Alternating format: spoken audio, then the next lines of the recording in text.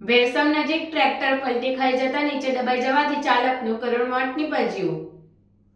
વાગરા તાલુકામાં આવેલા ભેરસમ ગામે રહેતો યુવાન ટ્રેક્ટર લઈને જતો હતો। દરમિયાન તેનો કાબુ નહીં રહેતા ટ્રેક્ટર પલટી મારી જતા તેની નીચે દબાઈ જવાથી તેનું મોત નીપજ્યું હતું। ભેરસમ ગામે રાઠોડવાસમાં રહેતા મણીલાલ કેશવ રાઠોડનો પુત્ર ઈશ્વર તેમના ગામમાં પ્રભુ પટેલનું ટ્રેક્ટર લઈને બોદલ કેમિકલ નજીક કંપની પાસે આવેલા ખાલી પ્લોટ પર પાણીનું ટેન્કર લેવા માટે ગયો હતો। ટ્રેક્ટર સાથે ટેન્કર જોડીને પરત આવી રહ્યો હતો।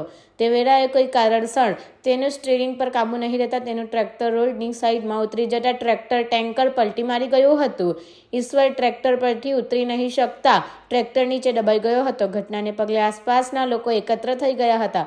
બીજી તરફ ક્રેન બોલાવી ટ્રેક્ટર ટેન્કરને બહાર કાઢી તેની નીચે દબાયેલા ઈશ્વર રાઠોડના મૃતદેહને બહાર કાઢ્યો હતો। બનાવના પગલે વાગરા પોલીસે ગુનો નોંધી વધુ તપાસ હાથ ધરી છે।